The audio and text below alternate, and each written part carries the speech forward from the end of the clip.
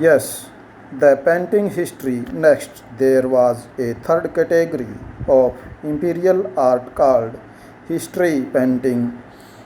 This tradition sought to domestic and recreate various episodes of British imperial history and enjoyed great prestige and popularity during the late 18th and early 19th centuries. Next, British victories in India served as rich material for history painters in Britain. These painters drew on first hand sketch and accounts of travelers to depict for the British public a favorable image of British actions in India. These paintings once again celebrated the British, their power, their victories, their supremacy. One of the first of these history painting was produced by French Heyman in 1762 and placed on public display in their Vauxhall Gardens in London. The British had just defeated Sirajuddaulah in the famous Battle of Liz and styled Mir Jafar as the Nawab of Murshidabad. It was a victory won through conspiracy, and the traitor Mir Jafar was awarded the title of Nawab. In the painting by Heyman, this act of aggression and conquest is not deficient. It shows Lord Clive being welcomed by Mir Jafar and his troops after the Battle of Plassey. Next, the celebration of British military triumph can be seen in the many paintings of his battle.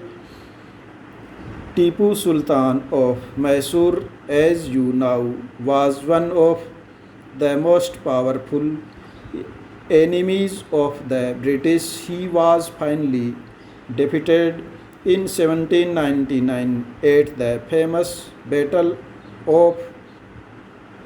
Notice the way battle scene is painted in figure 8. The British troops are shown storming the fort from all sides, cutting Tipu's soldiers to pieces, climbing the walls, raising the British flag aloft on the ramparts of Tipu's fort. It is a painting full of action and energy. The painting dramatises the event and glorifies the British triumph.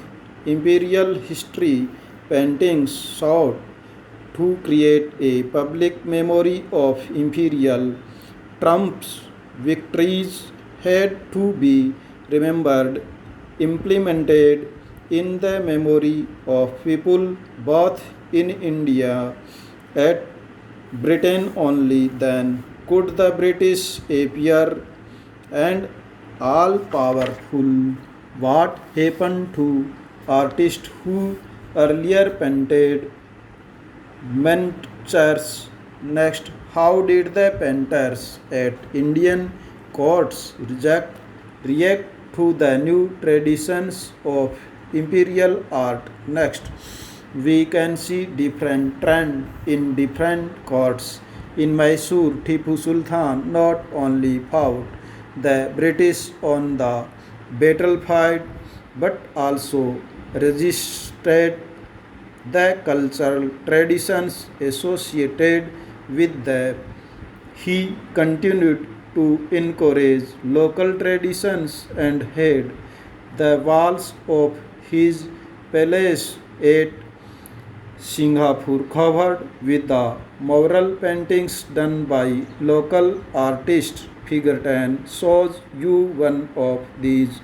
Next, this painting celebrates the famous Battle of Popular of 1780s in which Tipu and Hyder Ali defeated the English troops. Next, in the court of Murshidabad, we see a different trend here after defeating Sirajuddaulah. The British had successfully installed their puppet Nawab on the thrones, first Mir Jafar and then Mir Qasim. The court at Murshidabad encouraged local miniatures artists to absorb the tastes and artistic style of this British. You can see this in figure 11. Next, this is a picture of an ID processions painted by a court painter in the late 18th century. Next, notice how local miniature artists at Murshidabad began adopting elements of European realism. They use perspective which creates a sense of distance between objects that are near and those at a distancing. They use light and shade to make the figures look lifelike and real. Next, with the establishment of British power, many of the local courts lost their influence and wealth. They could not longer support painters and pay them to paint for the court. How could the artists earn a living? Many of them turned to the British. Stop.